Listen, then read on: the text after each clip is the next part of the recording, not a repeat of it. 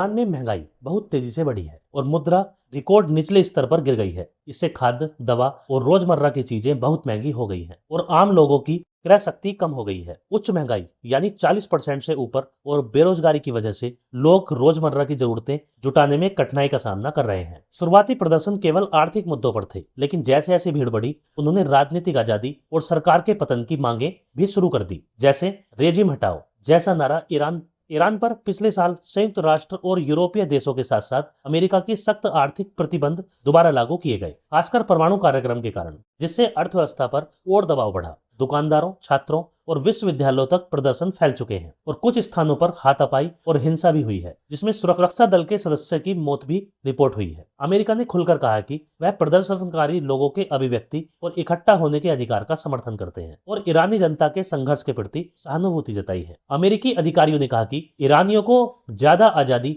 और बेहतर जीवन का अधिकार है। पिछले दौर के विरोध प्रदर्शन पर अमेरिका और यूरोप ने ईरानी अधिकारियों व सुरक्षा बलों पर प्रतिबंध लगाए थे। उन्होंने मानवाधिकार उल्लंघन और प्रदर्शनकारियों पर जोरदार कार्रवाई का दोषी बताया। अमेरिका का कहना है कि ईरानी आर्थिक तंगी और जीवन यापन के कठिन हालात में जनता के विरोध को दबाने के लिए सरकार को मनमोहन तरीकों को रोकना चाहिए और संवाद की दिशा में कदम बढ़ाना चाहिए। वे ईरानी अधिकारियों को भी चेतावनी देते रहे हैं कि जबरदस्त दमन से स्थिति और बिगड़ सकती है। ईरानी सरकार अक्सर विरोध को बाहरी दखल या दबाव का परिणाम बताती है और इसे आंतरिक सुरक्षा खतरा कहती है। हालांकि विरोध का मूल कारण अभी व्यापक रूप से आर्थिक और सामाजिक असंतोष माना जा रहा है। ईरान में बड़े पैमाने पर विरोध प्रदर्शन आर्थिक तंगी, मुद्रा संकट और राजनीतिक नाराजगी के चलते हो रहे हैं। अमेरिका ईरानी जनता के अधिकारों का समर्थन करता है, सरकार के दमन की आलोचना करता है और ईरानी नेतृत्व पर मनवाला और आर्थिक सुधार करने का दबाव बना रहा है। ईरान का इतिहास अत्यंत प्राचीन और गौरवशाली रहा है। इसे दुनिया की सबसे प्राचीन सभ्यताओं में से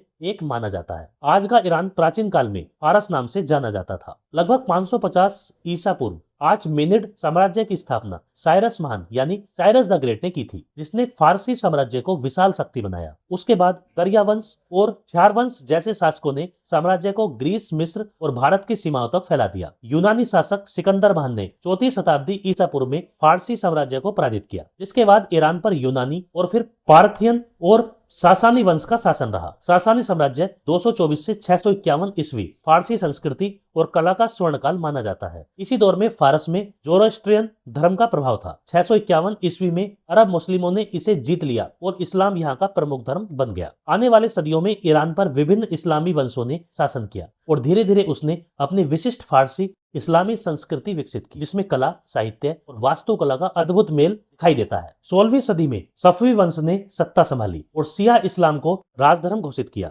जिसने ईरान की धार्मिक पहचान को स्थायी रूप दिया। इसके बाद कजार वंश का शासन आया, जिसके समय विदेशी शक्तियों खासकर रूस और ब्रिटेन का प्रभाव बढ़ा। 1925 में रेजा शाह पहलवी ने पहलवी वंश की स्थापना की और आधुनिकीकरण के प्रयास शुरू किए। उनके पुत्र मोहम्मद रजा शाह पहलवी के शासन में पश्चिमीकरण बढ़ा, लेकिन तानाशाही और असंतोष भी बढ़ा। 1979 में इस्लामी क्रांति हुई, जिसका नेतृत्व अयातुल्लाह रूहुल्लाह खुमैनी ने किया। शाह का शासन समाप्त हुआ और ईरान इस्लामी गणराज्य बना, जहां धार्मिक नेतृत्व को सर्वोच्च अधिकार मिला। इसके बाद ईरान इराक युद्ध 1980 से 88 ने देश को भारी नुकसान पहुंचाया। आने वाले दशकों में ईरान अपने परमाणु कार्यक्रम, अमेरिका और पश्चिमी देशों से तनाव, प्रतिबंधों और क्षेत्रीय राजनीति के कारण अंतर्राष्ट्रीय चर्चा में रहा। आज का ईरान इतिहास, संस्कृति, साहित्य, विज्ञान, दर्शन और कला की समृद्ध विरासत वाला देश है। हाफिज, फिरदौसी और रूमी जैसे महान कवियों से लेकर विज्ञान और वास्तुकला की उपलब्धियों तक ईरान ने विश्व सभ्यता में महत्वपूर्ण योगदान दिया है। अपने उतार चढ़ाव बढ़े